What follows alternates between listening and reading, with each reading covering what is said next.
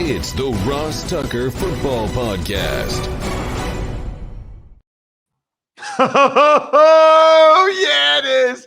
But it's not just any Ross Tucker Football Podcast. It is a Monster Monday presented by DraftKings. It is a new week, and there is a ton of news. So I have booked for today's guest the greatest news. I don't know how he would describe himself. Maybe news curator? Curator's like a museum, right? I don't know. The greatest news guy out there in the NFL right now, at least one of my favorites, and certainly one of the best Twitter handles at My Sports Update.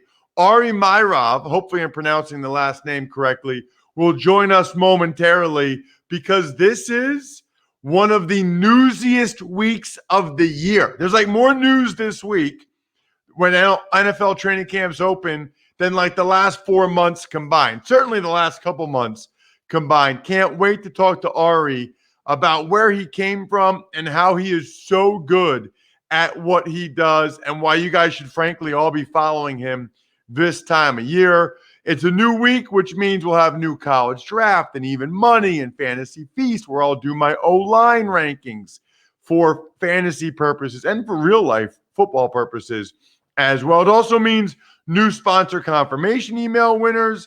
We'll have some new best ball winners for fantasy feast. People that want to be in the best ball against me and Joe over at DraftKings. We'll have a new YouTube shout out, youtube.com/RossTuckerNFL, new spread the word winner. We get winners every week, and it's crazy easy to be a part of it. All you have to do at RossTuckerNFL, at RossTuckerPod, just engage in some way. Like, quite frankly, a lot of people engage with Ari each and every day. It's Big Show time. The Big Show. So this is a first for me because I didn't even know this guy's name until 2 weeks ago, and now he's a guest on my show. All I knew is that his Twitter handle, at My Sports Update, has been very, very valuable for someone with a job like mine, which is talking about the NFL each and every day here on this podcast and various other podcasts as well. So to be able to get Ari Meirov from at My Sports Update on the show this week, which I call News Week in the NFL, is awesome. Ari, it's Ross. Great to meet you, man. Thanks for coming on the show. Thank you so much, Ross. I appreciate you bringing me on. You know, it is a very busy week, a lot going on in the NFL. You feel like it's finally starting to heat up. We are, as we record this today on Monday, July 26th, we are 45 days away from the season kicking off, 10 days away from a real football game. I know it's a preseason game, but who cares? We want to watch some games. So here we are. It's getting really close, and a lot of stuff is going on. It really is. So, Ari, I want to start with this, okay? Did I pronounce your last name correctly? You know, the way you pronounce it is the way everyone pronounces it at first, but it's really Meirov, not Meirov. So like the month of May and then Rove. So, you know, every time I meet somebody, they say Meirov first, but that's the real way of saying it. But it's okay. Don't worry about it. Got it. Okay, Meirov. Got it. Ari Meirov. All right. So what I know about you is following you on social media at My Sports Update. How long have you been doing this? How did it start? Yeah, so I've been doing this since 2013. So it's been a while, but I started really when Twitter wasn't that big. And, you know, I've always been a very big time football fan. Growing up, I used to always, you know, track everything that happens around the league. Like, I was always fascinated by the behind the scenes of football, by the whole, you know, free agency and the draft and the salary cap and all those different type of things. And I used to follow everything. And at the time, I remember, like, there was so much going on, and it used to come from so many different places that it was impossible for the average fan to keep updated with what's going on around the league, right? If you have work, if you have school or whatever, it's really hard for you to be able to keep up with everything and follow all these different people. So back then I decided, you know, let me try this thing. Let me hop on Twitter. Let me create an account. So I just started gathering all the news, checking out what's going on. And I started in 2013, in March of 2013, before free agency started that year. And I just started doing it. And, I really enjoyed doing it. I was taking all the news that was going on. That year, there were a couple of big trades as well. So I did it for that year. And then I was like, this is going really well. But in reality, for the first 2 or 3, even 4 years, it really didn't do much. Like, there wasn't much of a following, there wasn't much engagement, but I really enjoyed it. And over time, I kept on doing the exact same thing of just posting NFL news that's accurate, that's notable, and the stuff that the average fan wants to know about. And eventually it got to a point where a bunch of players and reporters and agents and even coaches are started following the account. And I was like, wow, this is actually working. So that's really how it all got started. But, I've always been such a big football fan, and to see it come to this point is absolutely incredible. All right. So, Ari, give us your background. So I get that part of it, but where are you from? All that stuff. How old are you? What school did you go to? Yeah, so I'm from New York. I've been in Queens, New York my entire life, actually, and I'm in my mid-20s, but for the most part, I actually started this account late in high school, very, very late in high school. I decided to make, because I was such a big football fan, and I did it throughout that final year of school, and then I just kept on doing it. That's basically how it all started. But for the most part, growing up, I was always so into football that I really wanted this to be my thing, as I grow up, as my passion. I want to make it into my job also. So that's really what I kept on doing. On the side, I didn't go to college. I actually was doing real estate here in New York. So real estate was the thing that was my main hustle. Football was my side hustle.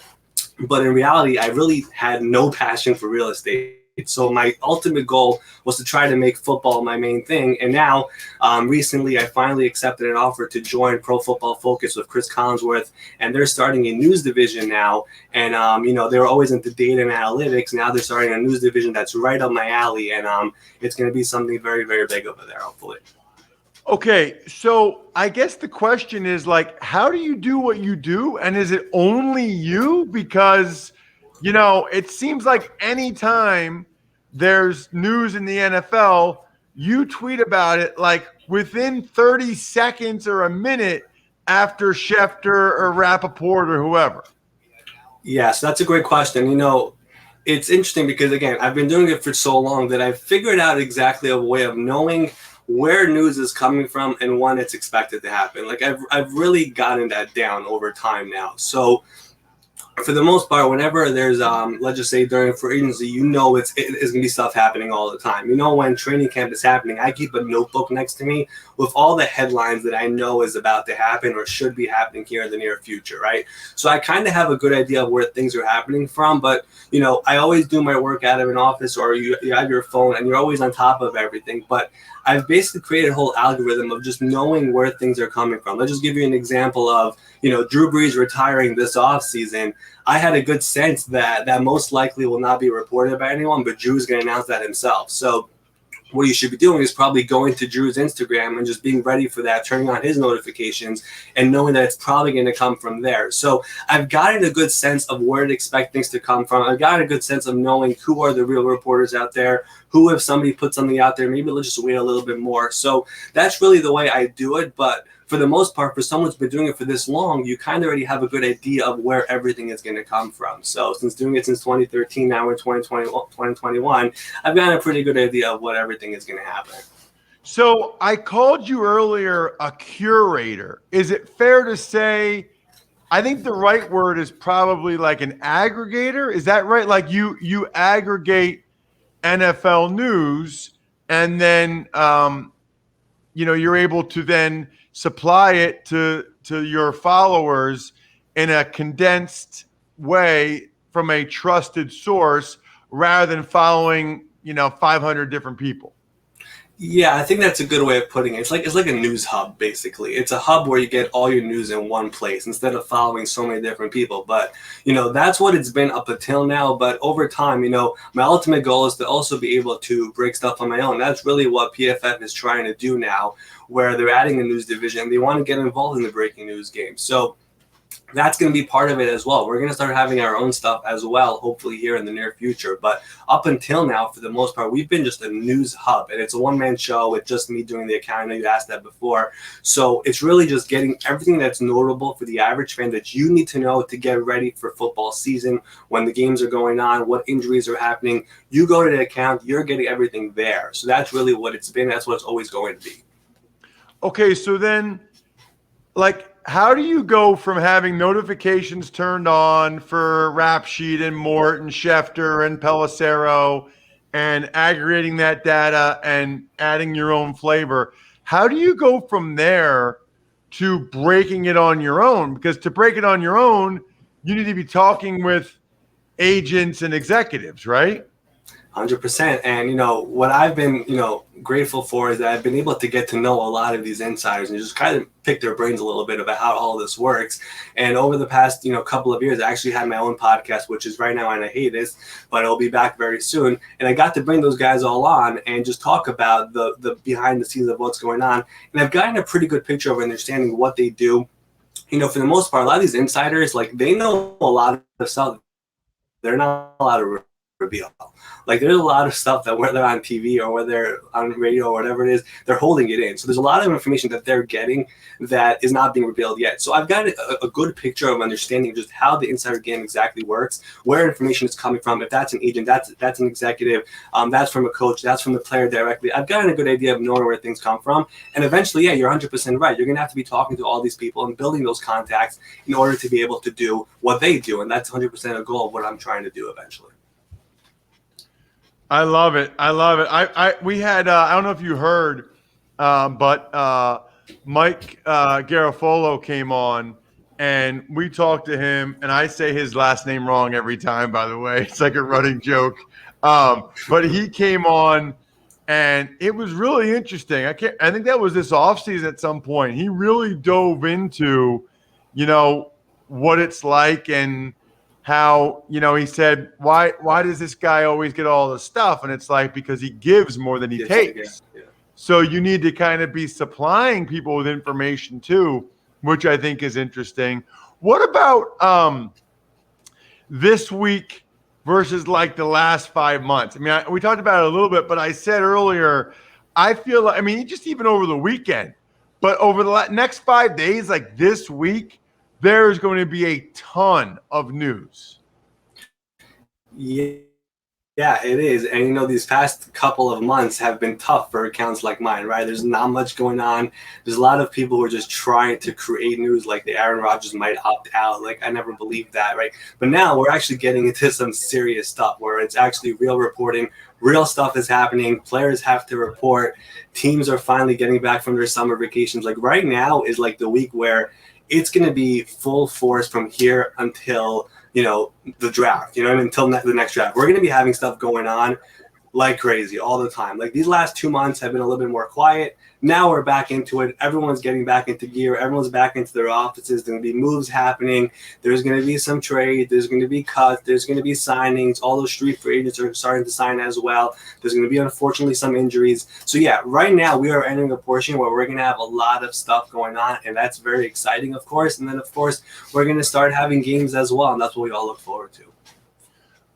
Okay, so let's get to a couple of the news items. This Aaron Rodgers stuff came out Friday evening that sports books are pulling the Packers off the board because I guess they've gotten some information or heard some rumors that Aaron might retire. In your mind, number one, I guess, is that news enough for you to post it to your Twitter? And what are your thoughts on that speculation? Yeah, for me, it wasn't enough to post it just because it wasn't an actual report. It wasn't coming from someone who I would consider is enough reliable for me to put it out, though it is like juicy information, right? So for now, throughout this offseason, really, I've been really hesitant to post a lot of this Aaron Rodgers stuff, because it's really tough to know exactly where all this is coming from. Like, Aaron has been very quiet. He's had some of his former teammates kind of speak for him. The front office has been quiet for the most part, besides for when Mark Murphy came out and did this letter to the public or whatever it was. So we haven't really heard much. Now, when they're going to have their shareholders meeting, for example, today at 12 o'clock Eastern, Aaron Rodgers, tomorrow they're going to have to report to training camp. That's when I really expect us to start getting some real information and some real reporting on what's actually going on. And I personally believe he's not going to show up to training camp. I think this thing is going to stretch into training camp. Aaron is very strategic. He's very smart. He knows what he's doing. Whatever he's putting out there, for example, on Friday with the last dance picture of him and Devontae Adams posting at the same time. I think all of that is being done strategically, and there's a plan behind it. There really is. I don't think he's showing up to training camp. I think this is going to stretch until the very end, and he does not want to be there. But, the reality is that the Packers don't want to trade him, and they have a Super Bowl ready team. So that's where it gets really complicated. But Aaron wants to get out of there in a way where he doesn't become the villain there, the way Brett Favre was when he left. He wants to leave there where it's basically, hey, it's not my fault that I'm leaving there. It's the front office's fault. They're the reason I don't want to be here. So don't blame me. And he wants to get out of there, but they don't want to trade him. So they're kind of really stuck right now. And it's kind of shocking to me that people think money could solve this. Money is not solving this. Aaron has enough money. Like, money is great for sure, but there is something bigger here that has not been reported yet. There's more to this that we have not heard about. So it's really a wait and see until we get some more information on this, because there's a really big thing right now that's just missing in this story. Like, there's something happened there besides for Jordan Love, besides for all that. There's something else over here that we haven't heard about. Something happened there. We don't know what it is. And eventually, now that we're getting back into camp, we're getting back into full swing, we're going to get more information about this, and it's really going to heat up. So we'll see what happens. All right. What about the Deshaun Watson news this morning that, he has reported training camp yesterday and that he is available via trade? I've been around long enough, Ari, 20 years now, going back to my rookie year, that it's just kind of funny to me when I see, all like multiple reporters saying he's available, but it's going to take a lot. You're going to have to do 3 first-round picks. Can you do me a favor? Like, if you become an insider like you will, can you not carry the water for these? Can you not obviously be just regurgitating what a team wants you to regurgitate? Yeah, so everything that came out this morning is coming directly out of the Texans front office. It's coming. Some of it might be coming from his agent as well, David Mullighetto. For the most part, this is they're trying to get this thing moving. But the reality is over here as well, I don't see the Texans trading him until they're able to get that full maximum value that Deshaun Watson is worth. So until this legal situation is solved, it's hard for me to see a team giving up those 3 first-round picks and giving up a young defensive player or whatever else Houston wants. This legal situation has to be solved. People are asking, why did he show up to training camp? Well, under the new CBA, if you're not there, you're getting fined every day $50,000. And unlike the previous CBA, there's no waiving those fines off. So Deshaun is not going to lose his money. He's going to be there, but he does not want to be there and play there. That's the reality of the whole thing. But until the legal situation is solved, the Texans are not going to trade him unless the team is actually willing to give up multiple first-round picks plus more in exchange for a young star quarterback in his mid-20s on a long-term contract. It's not going to happen unless they're able to get the full value. So for now, the Texans are letting people know, hey, this is what it's going to take. But other teams who might be interested, like a Philadelphia or like a Miami, let's just say, they're going to have to wait just to see exactly what happened in the legal situation. Even if he just gets suspended and everything else legally is cleared, I think teams will be fine trading for him because he is a young quarterback on a contract that's a long-term contract. You'll have him for the next 10 or 12 years. That's what you're trading for. You're not trading for him for just 4 games or 6 games this year. You're trading for him for the next 12 plus years. So the Texans are basically what they've done this offseason. They've already sent the message that they are moving on, right? They signed Tyrod Taylor. They drafted Mills with their first pick in the draft in the 3rd round. They gave Jeff Driscoll guaranteed money to sign there. So they've already moved on as well. It's just now a wait and see until they're able to get the full maximum value that Deshaun Watson is worth. You got to check out this man on social media at My Sports Update. Look, what I like about Ari and what you just heard, okay, is yes, he aggregates from all the different news sources, but also he doesn't just post everything. He is, he takes a discerning eye at what he thinks is really news and really worth posting versus not really news and not worth posting. Ari, I have so much respect for people that do it the way you did it. Nobody knew you. You came from nowhere. You're a kid in Queens that just had a passion and started tweeting about it. And for 4 or 5 years, you were basically just tweeting for yourself or tweeting to yourself. You didn't have people following you. And now you got a job with Pro Football Focus. That is the American dream, dude. I love it. I love when people work for no money. I mean, you basically gotten like no money for a bunch of years for this, right? Yeah, basically, I did it for nothing. I was just running a Twitter account, but I was also doing real estate on the side. That was really my main thing. But, the entire time I had my phone on me. I was near a computer. I was following every little thing that was going on in football. I had it in the back of my mind. I knew everything that's going on, and whatever was notable was going out on the Twitter account. And as I said, eventually it just blew up in 2016, I believe it was. And now here we are. I have a job at Pro Football Focus, and now it's my full-time job. That's just amazing. Check him out on Twitter at My Sports Update. Thank you so much, Ari, for coming on the show. Appreciate you, Ross. Thanks. There he is, Ari Meirov. Now that I know how to say his last name, I've always known what to wear on my feet. Crocs. I love Crocs. Look, Crocs are hot right now. Whether you know it or not, they are. I wear Crocs. I've got the sliders, the slip-ons. My brother-in-law texted me a picture of rocking the Crocs sliders over the weekend. He loves them. I wear them indoors. I have an indoor pair. I have an outdoor pair. Here's the deal. Speaking of how awesome Crocs are, by the way, the Crocs Hoops Draft Prediction Challenge is coming. And dare we say free to play on DraftKings.com. This is an epiphany for me. We're combining DraftKings and Crocs. Make all the right picks, and a slice of 10 G's could be yours. Just enter the game page on draft day and see just how well your pick predictions hold up to the real ones. At the end of the draft, winners will be paid out cold, hard cash based on how many you guessed right. Visit DraftKings.com/Crocs on Thursday, July 29th to make your basketball draft predictions. We hope your future is full of comfort and possibly full of money. Learn more at DraftKings.com/Crocs. Tuck's Takes. Good morning, Ross. You touched on it with Ari, but let's get your thoughts on all the Aaron Rodgers news over the last couple of days. So I don't believe he's going to retire. Obviously, the retirement thing is just a tool. He doesn't want to stop playing football. So the retirement thing would be just basically doing a Carson Palmer where you say you're retiring until they trade you. But the problem is they don't have to do it, and they can come after your money.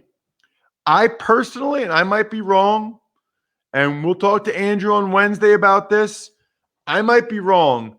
I think this news leak, this rumor that somehow got to the sports books, I think the rumor is out there because Aaron Rodgers and his representatives want it to be out there.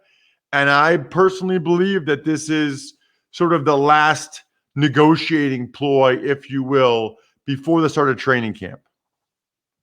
Tuck's Takes. Got some wide receiver news, including another Packer in Devontae Adams unhappy in breaking off contract talks. Saints wide receiver Michael Thomas having ankle surgery in June. Bears trading Anthony Miller to the Texans, and Dede Westbrook signs in Minnesota. Yeah, I mean, D.D. Westbrook, it's a good play. I guess it's a good place to go and try to be a third receiver with Thielen and Jefferson there in Minnesota. You're going to get a lot of single coverage. As for Anthony Miller to the Texans, we're actually talking about this on with the patrons, patreon.com/RT Media, the diehard Tuckheads. I don't know what happened there in Chicago. His rookie year, now I know he got hurt and never really recovered, but his rookie year, Bri, he did some really good things, some really positive things. And then he got hurt, and it was like he fell out of favor, and he got in the doghouse and never got out. I don't know if he doesn't know what he's doing or if it's an attitude thing. I don't know what's going on there. Davante Adams, look, I mean, DeAndre Hopkins makes $5 million more per year than any other wide receiver. That was because his contract had 3 more years on it. So that new money average is for 4 and 5 years from now that he gets that. So I can understand why teams are like, yeah, we're not giving that to you now. That's not what the market is now. That's what the market is when DeAndre Hopkins' original contract with the Texans expires. Then it tacks on those averages per year. So that's an interesting situation. Look, there's lots of guys. Chandler Jones wants a trade, wants more money. Zadarius Smith isn't happy with his contract. Like, there's lots of guys that aren't happy with their contract. That's normal this time of year. Let's see whether any of them don't show up or not, because it's $50K a day mandatory if you don't. As for Michael Thomas, your Saints down there, Bri, this is bad. I mean, he's going to be out, you would think, at least the first couple months of the season. And I don't know why on earth he waited till June to have the surgery. I totally get, let's see if it heals on its own. Let's see if I don't need the surgery. But as Dr. Chow wrote, and I agree, you got to make a decision at some point. I mean, you gotta say, okay, it didn't work. I mean, I had my back surgery in April so that I was ready to go for the first day of training camp. You know, Michael Thomas isn't even going to be ready to go for the start of the season. Tuck's Takes. Some NFL news out of the state of Texas. Cowboys signing Malik Hooker, defensive end DeMarcus Lawrence undergoing back surgery this offseason, and Deshaun Watson reporting to Houston Texans for training camp. So, you know, DeMarcus Lawrence, that's bad. Because I didn't realize, Brian, maybe I missed this. Maybe I wasn't following Ari at the time, but I didn't know DeMarcus Lawrence had back surgery. Brian, that's a bad look, man. It's a bad look. I don't know anybody. The two things I'll always say, I don't know anybody that ever used to have a bad back. They still have a bad back afterwards. And I also don't know anybody who felt like they were a better player after back surgery. Now, maybe it was bothering him last year, and so maybe he can be better than he was last year, but I don't envision him ever getting back to the player that he was after a back surgery, and that's primarily speaking from my own experience. And then as for the Deshaun Watson stuff, yeah, man, it is heating up. I thought Ari made a really good point. If you're the Texans, you want to get maximum value in return for this asset you have. The problem is the legal situation really clouds that. Is a team going to give you what the value should be for Deshaun with this legal situation hanging over their head? I doubt it. And by the way, if you're one of these rumored interested teams, the Eagles or the Dolphins or Broncos, whoever, are you going to give up everything that the Texans want with the legal situation hanging over your heads? It's a tough spot to be in for really both sides. It would be nice if they had some clarity on the legal situation, but they don't. Tuck's Takes. And lastly, the Minnesota Vikings reportedly cut ties with O-line coach Rick Dennison over his refusal to get vaccinated. And the Patriots are going to be without the services of Cole Popovich as well. Right. So I guess I saw another report that now Dennison and the Vikings are still talking, but it sounded like they were going to let him go. they need an offensive line coach that can coach their players. And with the NFL's rules, if you're not vaccinated, you can't coach them in person. So what good are you? And I know that frustrates some people out there that are opposed to the vaccine, but that's what the NFL came up with. And so the teams have to play by those rules. I guess Cole Popovich maybe is in the same category as well with New England. I don't know. A couple other notes, by the way, Bri. Bunch of players being put in the COVID-19 list by various teams. So I guess they're coming to camp and they have it. Jeremiah Owusu-Koramoah, the second-round pick for the Browns. Big signing this morning, or maybe it was last night, the Eagles signed cornerback Steve Nelson to play opposite Darius Slay. Steve's been a very solid corner for a long time in the NFL. That's a big signing by the Eagles and proves once again, by the way, that they are going all in to try to win this year. I think people looked at it like transition year. No. They're trying to win this year. They're just trying to make sure they have maximum flexibility for 2022 and beyond. And then the Bengals gave DN Sam Hubbard a 4-year, $40 million extension. College draft this week will be tomorrow, as will the Even Money podcast. Should have Andrew Brandt later in the week here on the Ross Tucker Football Podcast. And I am giving you my O-line rankings on the Fantasy Feast. You'll love those. Shout out to Pizza Boy Brewing, Sporticulture, Vision Comics with an X, and HumanHeadNYC.com. I think we're done here. Thanks for listening to the Ross Tucker Football Podcast. Make sure to also subscribe to the Fantasy Feast, Even Money, Business of Sports, and College Draft. All available at Apple Podcasts, RossTucker.com, or wherever podcasts can be found. A lot of times on the show, I mentioned DraftKings. Here's what you need to know. You got to be 21 or older, New Jersey, Indiana, or Pennsylvania only. New customers only. Restrictions apply. See DraftKings.com/sportsbook for details. Gambling problem, call 1-800-GAMBLER, or in Indiana, 1-800-9-WITH-IT. By the way, if what I was talking about included a deposit bonus, doesn't always, sometimes it does. Deposit bonus requires 25 times playthrough, and deposit bonuses are paid out in site credit.